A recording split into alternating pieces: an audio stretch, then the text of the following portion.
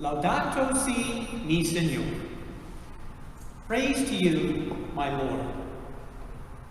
St. Francis's hymn of praise in the Canticle of the Creatures radiates out from the saint's joyful heart, aflame with the love of God, enkindled by the appreciation of the goodness and beauty of creation. Praise be to you, my Lord, for the light and beauty of brother sun and sister moon, for the power and sustenance of brother wind and sister water, for the warmth and refuge of brother fire and sister earth. Before he wrote that beautiful hymn, St. Francis said he was doing it for 3 reasons. I wish to compose a new hymn about the Lord's creatures, of which we make daily use, without which we cannot live, with which the human race greatly offends its Creator.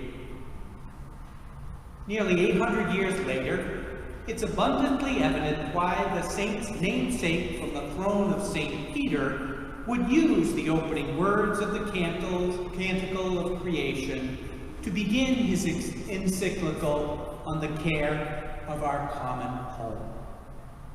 When contemplating the goodness, beauty, and bounty of God's creation, we cannot help but praise our Creator. For as the Holy Father writes, the entire material universe speaks of God's love and his boundless affection for us. The material universe speaks of that love. Soil, water, mountains, everything, the Pope writes, is a caress of God. When contemplating our needs and the resources entrusted to us by God for the common good of all peoples alive today and yet to be born, we cannot help but acknowledge our daily dependence upon our common home and one another. The Pope writes of the responsibilities of humans towards nature. Each community, he says, can take from the bounty of the earth what it needs for sustenance, but it also has the duty to protect the earth to ensure its fruitfulness for coming generations. When in the encyclical, the Holy Father surveys the state of our common home, he is strong in his criticism of our stewardship of God's creation. The earth, he says, our home, is beginning to look more and more like an immense pile of filth. Plundering at will, he writes, is reflected in the sickness evident in the soil, water, air, and all forms of life. If Pope Francis cites the symptoms of that sickness, pollution, climate change, depletion of both the quantity and quality of water, loss of biodiversity, he is even more sweeping in assigning blame to the ultimate causes: materialism and greed, rampant individualism, wasteful consumption, and over-reliance on technology and markets, and a false reliance on constant progress. Francis's prescriptions for remedies are radical and require a broadening of the focus from air, soil, water, climate, and endangered species to include indifference and callousness toward our fellow men and women, and a selfishness, self-centeredness, and greed that ignores our duty to the common good the sum of all those conditions of social life that allow social groups and individuals to reach their fulfillment more fully and easily. The care of our common home requires what Pope Francis calls an integral ecology that, like today's readings, make clear that it includes not just the care of the earth and the climate, but also the care of those who inhabit our common home. Not just endangered species, but struggling humanity. The Holy Father writes, when we fail to acknowledge as part of reality the worth of a poor person, a human embryo, a person with disabilities, it becomes difficult for us to hear the cry of nature itself. He goes on, there can be no renewal of our relationship with nature without a renewal of humanity itself. This is true, Pope Francis says, because an ethical and cultural decline has accompanied the deterioration of our environment. The renewal of which Pope Francis writes looks to me a lot like St. Francis. The Holy Father urges a change in lifestyles, a profound inner conversion, an abandonment of materialism and consumerism for a simpler way of life, to be happy with less. He is critical, very critical, of the throwaway society, a one-dimensional and undifferentiated focus on technology, an accumulation of constant novelties which pull us in one direction, making it difficult to pause and recover the depths of life.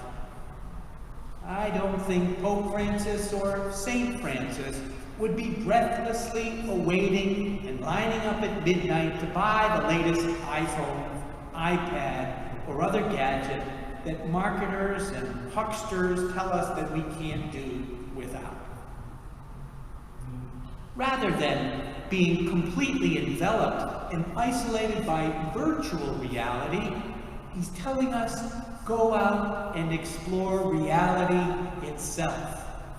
There is, he writes, a mystical meaning to be found in a leaf, in a mountain trail, a dewdrop, a poor person's face. Standing awestruck before a mountain, Pope Francis writes, one cannot separate this experience from God, and one perceives that the interior awe being lived in such an experience has to be entrusted to the Lord. The ideal is not only, Francis says, to pass from the exterior to the interior to discover the action of God in the soul, but also to discover God in all things.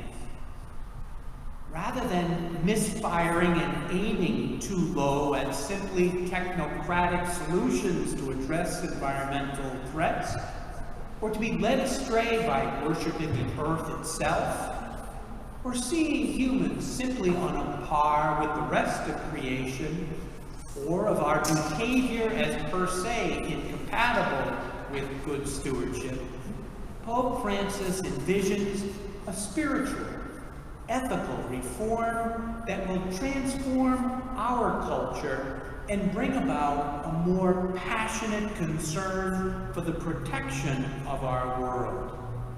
A transformation that will ennoble our lives and bring, with the grace of God, about a radical change and a new mindset that is necessary to protect our fragile environment. While the Holy Father acknowledges that there is no one path to a solution, that honest debate among experts must be encouraged while respecting divergent views, and that the Church has no reason to offer a definitive opinion, he does express strong opinions. Our economy must be seen not only about production and profits, but about people and relationships. Relationships with one another, with nature, and with God. Francis urges that there is a need to change models of global development. The time, he says, has come to accept decreased growth in some parts of the world to provide resources for other places to experience healthy growth. Environmental education, he says, can't be limited to providing information. Environmental commitment at a societal level has been weak because the popular will for it has been weak. If laws are to bring about significant, lasting effects, he writes, the majority of the members of society must be adequately motivated to accept them and be personally transformed by them. Many things need to change, he says, but it is we humans, above all, who need to change. Environmental education should facilitate making the leap towards the transcendent, which gives ecological ethics its deepest meaning. And I would add that the leap to the transcendent, the turn to God, gives life its deepest meaning and purpose. Justice is done by giving thanks to the Creator for the gift of the creation.